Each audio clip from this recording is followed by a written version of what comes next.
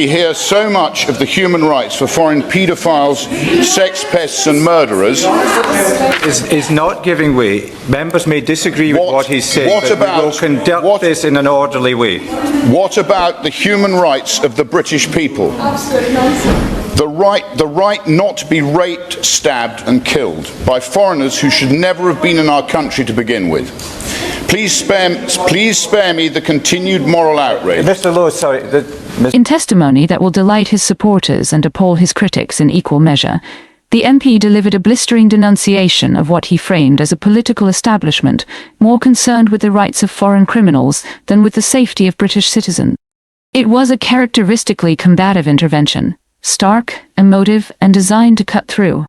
Lowe dismissed what he described as continued moral outrage from opponents, signaling his impatience with arguments that deportation and immigration enforcement must be constrained by international human rights obligations. The exchange quickly became tense. When challenged, Lowe brushed aside procedural appeals for order, instead returning to his central thesis, that public safety, in his view, has been subordinated to legal protections for non-citizens convicted of serious crime. His remarks reflect a broader fault line in British politics.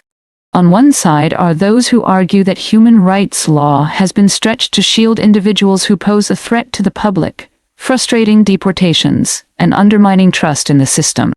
On the other are those who maintain that human rights protections are universal by design, and that abandoning them in hard cases risks eroding fundamental legal principles for everyone. Lowe's framing was unapologetically binary: the rights of foreign offenders versus the rights of the British people. Critics say such rhetoric collapses complex legal and moral questions into a culture war soundbite. Supporters counter that it articulates a frustration widely felt in parts of the electorate. The political calculation is clear. With immigration once again climbing the public agenda, interventions like Lowe's are unlikely to fade.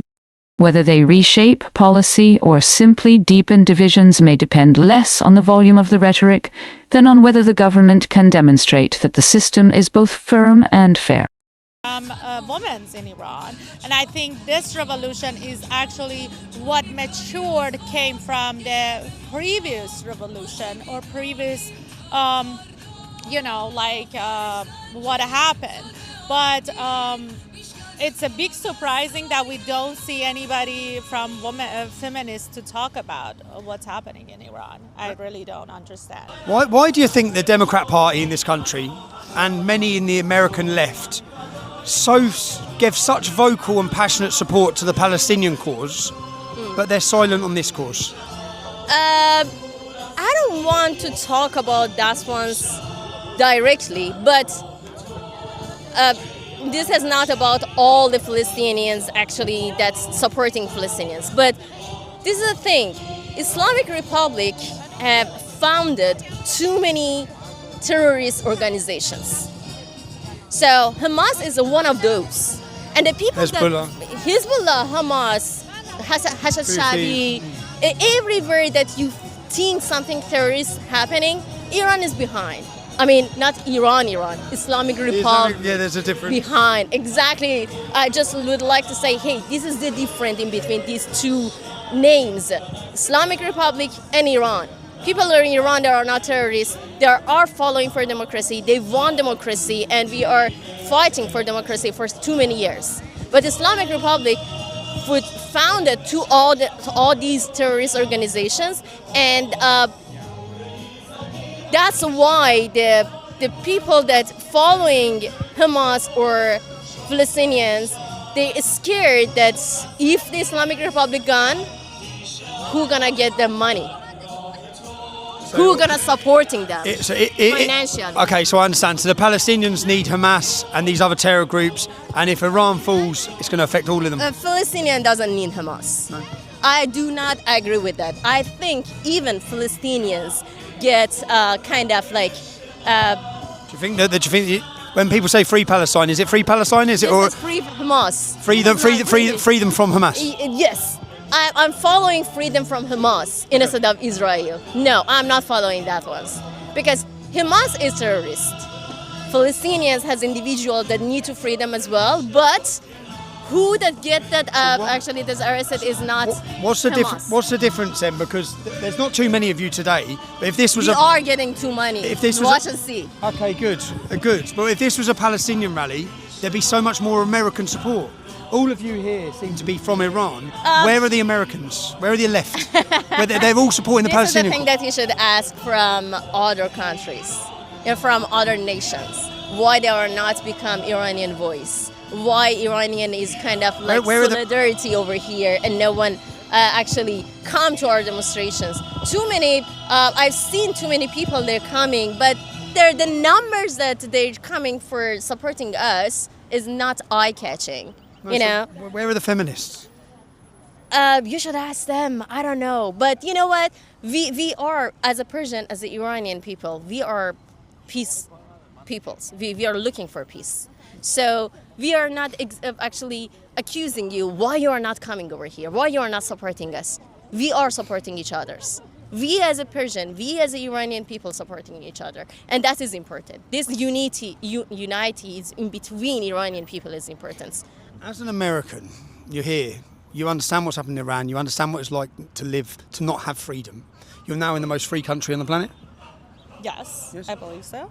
Why do you think, when there's a pro-Palestinian rally, yeah, the numbers would be nothing? This is quite a relatively small demonstration. So why are the American left, the Democrat Party, the politicians, why are they all behind the Palestinian cause, but they're not behind the genocide and the massacre? That is happening in Iran. Why? It's not part of their agenda.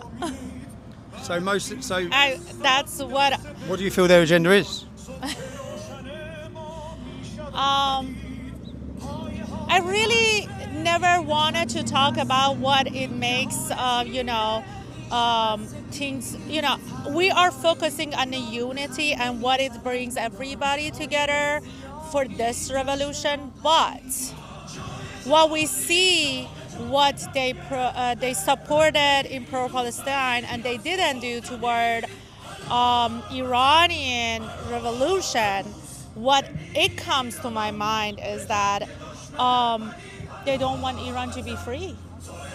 And that's what happened. So Democrats take Shah out of Iran and brought Ayatollah. And So the Democrat Party originally, as Britain, played their own part in replacing Shah with the Ayatollah.